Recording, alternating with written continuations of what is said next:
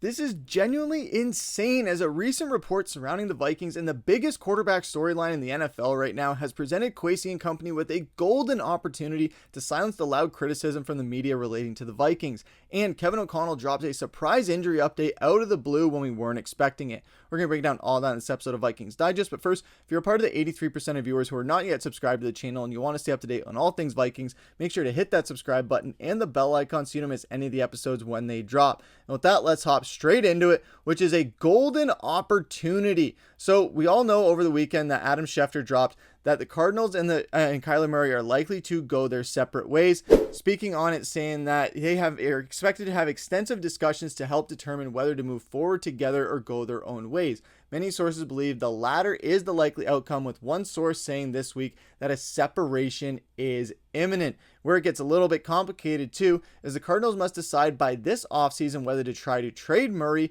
release him, or opt to pay another $19.5 million in guaranteed money that becomes due on the 5th day of the new league year in mid-March. Now, with the trade deadline having passed, it seems like that their opportunity to do that and try and get assets for Kyler Murray has now passed, and now they are on the option of, okay, do we release him, or do we just pay him that $19.5 million to try and trade him after we sign him, just so that we can get at least something for him in return? Now, where it gets interesting for the Vikings is because Mike Florio was recently talking yesterday that the Vikings need a quarterback competition. I think they need to sign somebody in the offseason, not as in the you're going to be the starter and JJ's out kind of thing. I think they need to make him earn it against somebody, which he hasn't had this year. They need him in day-to-day competition to push him towards his ceiling, and whatever his ceiling is, it is what it is. Right now, I am concerned the ceiling isn't where it needs to be, because we can't have 1 week where it all just seems to click. Now, this is a huge development for the Vikings, just because now the question is, well, the Cardinals will want JJ McCarthy in return for that. But if you're the Minnesota Vikings, if it involves having to get rid of JJ McCarthy, absolutely do not do it. Don't even touch that with a 12-inch pole. But if it's a scenario where the Cardinals are going to release Kyler Murray, you can snatch him up for nothing. Or if the Cardinals are trying to re-sign or to give him that guaranteed money and then try and trade him out as a result of that, still stay away from that unless you're giving up draft picks for that particular reason.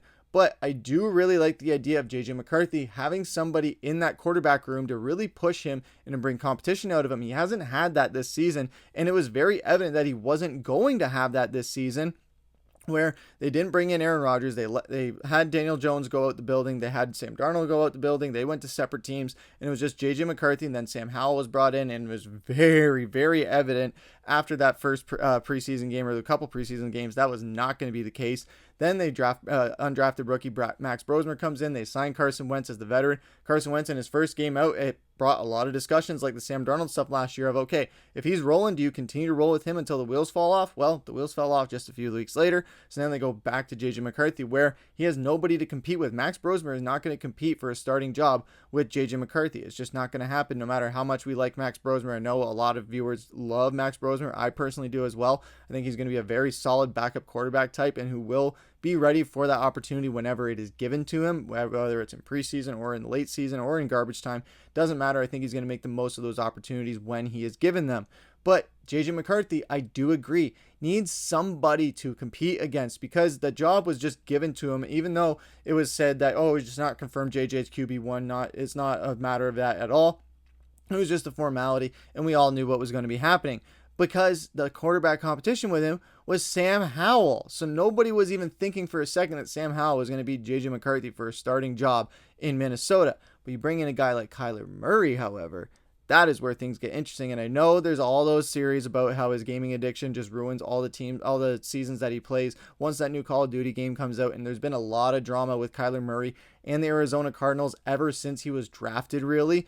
But when you look at the numbers and you look at his contract, it is an expensive contract. So if the Cardinals do release him, that kind of gives Minnesota a fresh slate there, where they can be like, okay, now we can bring him in on a prove it deal or things like that, where this contract that was given to him was not validated for what he was putting on the field. He was putting up great numbers. We'll get to those in a second, but it wasn't translating into wins. It wasn't translating into playoffs. And this is a guy that was drafted number 1 overall. So that's a guy that you expect to kind of be a generational talent when he's taken first overall in the draft.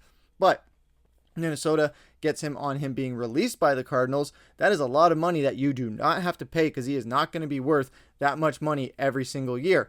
So if you're able to go in a sense of, all right, we bring him in here on a prove it deal or just a 1 to 2 year deal, a little bit cheaper, and he knows that he's not going to be for sure the starter, but he has a chance to start if he really outshines JJ McCarthy. I think that is where things can get a little bit interesting, because when you look at his numbers, his passing numbers, they're pretty stellar for the most part. I know the interceptions isn't entirely what you'd like them to be at, and that is mainly early on in his career. When you look at 2022 and onward, he's kept it under double-digit interceptions except for one season, which was last season, but he still had almost a career high in passing yards at 38.51, where his career high was 39.71 in 2020. So he still has a lot of upside to him as well. He has passing touchdowns, and the other thing is the rushing, where he has so many rushing touchdowns and so many rushing yards as well as a quarterback. He's not a Lamar Jackson. Don't get me wrong. He's not going to get 1,000 yards rushing as a quarterback. That's just not that's not normal.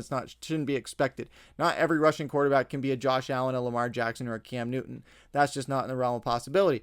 But Kyler Murray kind of reminds me a little bit of the scrambling style of Patrick Mahomes, where he can go and he can be fast when he needs to run. He's faster than Patrick Mahomes is for sure, but he has that capability to be explosive with his feet, kind of in the same way that JJ McCarthy is. Now, where I think it does get a little bit concerning for Kyler Murray is where that decline has happened in the rushing as well, but he still has been able to put up 500 yards, 800 yards, almost at 1,000 yards in his second year. So he has that rushing capability and would open up this Vikings offense a significant amount.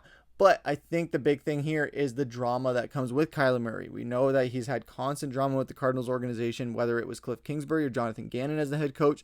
He has unfollowed the Cardinals many, many times on and off on social media, and as well as the whole gaming stuff, and just a whole lot of things where people aren't sure if he has that dog in him. Minnesota, they're not interested in guys that don't have that winning mentality. That's why they got JJ McCarthy. Where has it translated necessarily on the field yet? Not entirely, but it's going to get there. There was a stat that came out that we're going to be covering on our video coming up, where it goes into some similarities between JJ McCarthy and a certain MVP winning quarterback, where it might not be all doom and gloom for JJ McCarthy through his first 4 games. But let us know your guys' thoughts and opinion on this down below. I personally think Kyler Murray would be a really good addition to the team. Not so much in a culture sense. You do have to kind of do some disciplinary action there and have some talks with him in that sense. But if this is a case where the Cardinals do release Kyler Murray, Minnesota absolutely should snatch him up before the Pittsburgh Steelers do, because Pittsburgh will be in the market for a quarterback once Rodgers retires after this season, especially after that Sunday night game where it just proved that he's done for.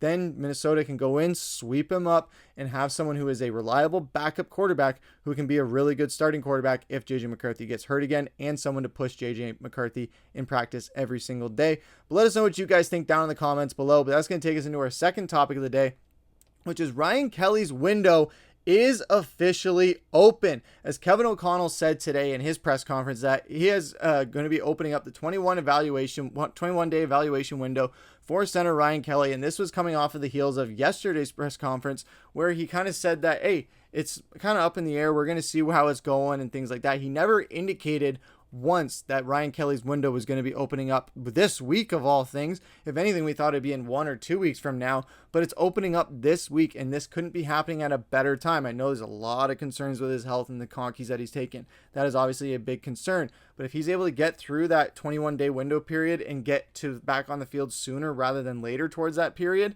the end of that period, I think that makes a big boost for this Vikings team, because we need all of our offensive linemen together. We need all 5 of those guys playing for the first time all season, especially when JJ McCarthy absolutely needs it at the most.